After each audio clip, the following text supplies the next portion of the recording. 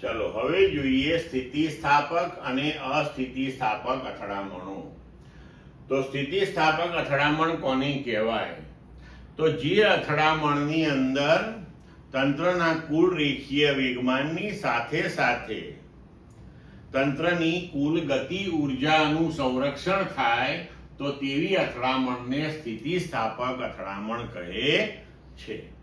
એટલે હંમેશા કુલ ઉર્જાનું તો સંરક્ષણ થવાનું જ છે, વેગમાનનું સંરક્ષણ પણ થવાનું છે, તેની સાથે સાથે ગતિ ઉર્જાનું પણ સંરક્ષણ થાય તો એ સ્થિતિસ્થાપક અથડામણ થઈ. બરોબર.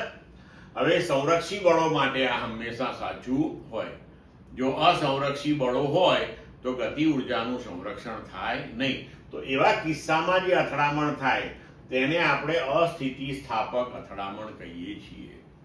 તો જે અથડામણમાં વેગમાનનું સંરક્ષણ થાય પરંતુ ગતિ ઉર્જાનું સંરક્ષણ થતું ન હોય તો તેવી અથડામણને અસ્થિતિસ્થાપક અથડામણ કહે છે. પછી આવશે સંપૂર્ણ અસ્થિતિસ્થાપક અથડામણ. તો જેમાં પદાર્થની ગતિ ઉર્જાનું આંતરિક ઉર્જામાં મહત્તમ રૂપાંતરણ થાય. અથવા તો બીજા શબ્દોમાં કહીએ કે જ્યારે બે પદાર્થ અથડાય છે ત્યારે બંને એકબીજા સાથે જોડાઈ જાય છે અને પછી એક કોમન વેગથી બંને સાથે ગતિ કરે છે. તો આ પ્રમાણેની જે અથડામણ હોય તેને સંપૂર્ણ અસ્થિતિસ્થાપક અથડામણ કહે છે.